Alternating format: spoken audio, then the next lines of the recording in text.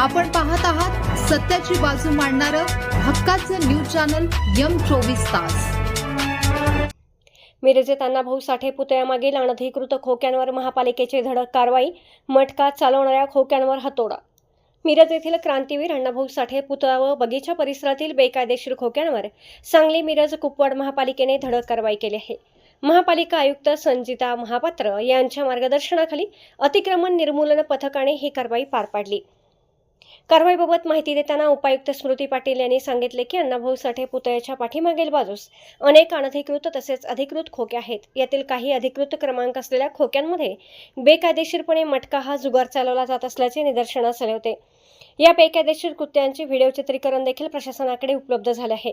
याची गंभीर दखल घेत महापालिकेने मटका चालवला जाणारा संबंधित खोका तत्काळ जमीनदोस्त केला आहे। याशिवाय परिसरातील सर्व अनधिकृत खोके पूर्णपणे हटवण्यात आले आहेत। महापालिका प्रशासनाने खोकेधारकांना व नागरिकांना कडक इशारा दिला आहे।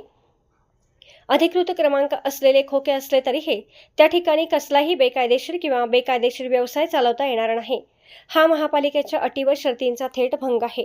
भविष्यात अशा खोक्यांमध्ये बेकायदेशीर कृत्य आढळल्यास त्याचे अधिकृत परवाने क्रमांक कायमचे रद्द करण्याची शिफारस करण्यात येईल आणि ते खोके निष्कासित केले जातील, असा स्पष्ट इशारा उपायुक्त स्मृती पाटील यांनी दिला आहे। इथं आपण आज मिरज येथील अण्णाभाऊ साठे पुतळ्याच्या पाठीमागच्या बाजूला आहे। आमचा बगीचा सुद्धा आहे पाठीमागे, पण अनेक इथं खोके नंबरचे आहेत, अननंबर्ड खोके पण खूप होते।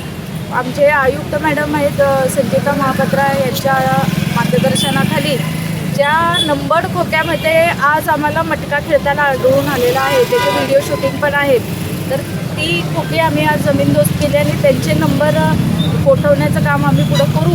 तसेच जे अननंबर्ड होते तेही आज आम्ही निष्कासित केलेले आहे। सर्व नागरिकांना, खोकेधारकांना हेच आमची विनंती आहे की नंबर असलं तर बेकायदेशीर कुठलाही व्यवसाय तिथं करायचा नाही आहे।